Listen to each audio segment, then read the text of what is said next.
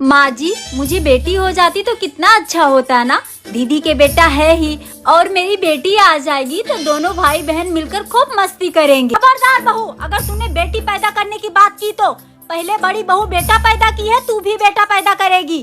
क्यों माँ जी, आखिर बेटियों में बुराई क्या है? क्योंकि बेटियां घर का वंश आगे नहीं बढ़ाती हैं, घर का वंश एक बेटा ही आगे बढ़ाता है। माना माँ जी कि घर का वंश एक लड़का बढ़ाता है, लेकिन आप एक बात मत भूलिए, उस वंश को पैदा करने वाली एक लड़की ही होती है। तुम्हें ये नहीं पता है कि बेटियों की शादी में कितना खर्चा होता है? ये खर्चे वर्चे मुझे नहीं पता।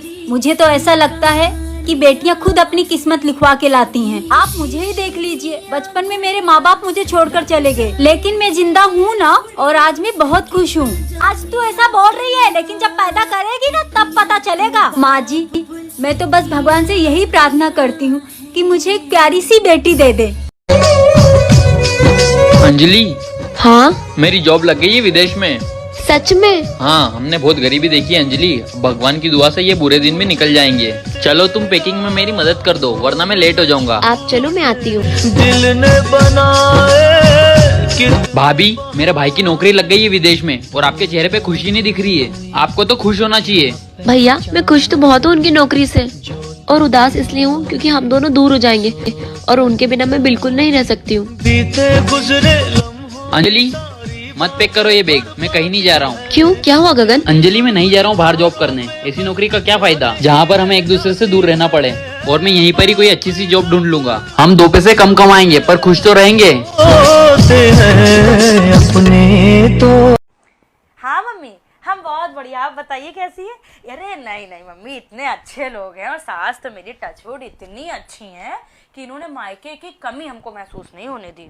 1 साल होने वाला हो रहा है शादी को, लेकिन ऐसा कोई नहीं है जिस दिन मेरी मम्मी जी आपको याद ना करती हूँ। कभी कहेंगी तुम्हारी मम्मी ने ये नहीं किया, कभी कहेंगी तुम्हारी मम्मी ने ये नहीं सिखाया, कभी कहेंगी तुम्हारी मम्मी ने ये सामान नहीं भिजवाया। मतलब किसी न किसी बहाने से वो आपको याद ही कर लेती हैं रोज का रोज।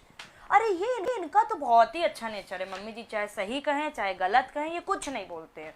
हाँ, बहुत संस्कारी। इनको देख के हमें समझ में आया कि संस्कार क्या होते हैं। अच्छा, नहीं, मेरी सास की सबसे अच्छी बात ये है कि हमसे चाहे कोई भी गलती हो जाए, हमसे डायरेक्टली नहीं कहती है, कुछ भी नहीं कहती है। जैसे आपका नेचर था, हमसे खाना गलत बन गया, कहीं नमक कम हो गया, कोई काम गलत हो गया, आप चिल्ला देती थी मेरे ऊपर, डांट देती थी हमको, है ना। लेकिन सास हमारी ऐसा बिल्कुल नहीं करती हैं। पूरे घर में बखेड़ा खड़ा हो जाए, पूरे घर में इशू बन जाए, लेकिन हमसे कुछ नहीं कहती डायरेक्टली।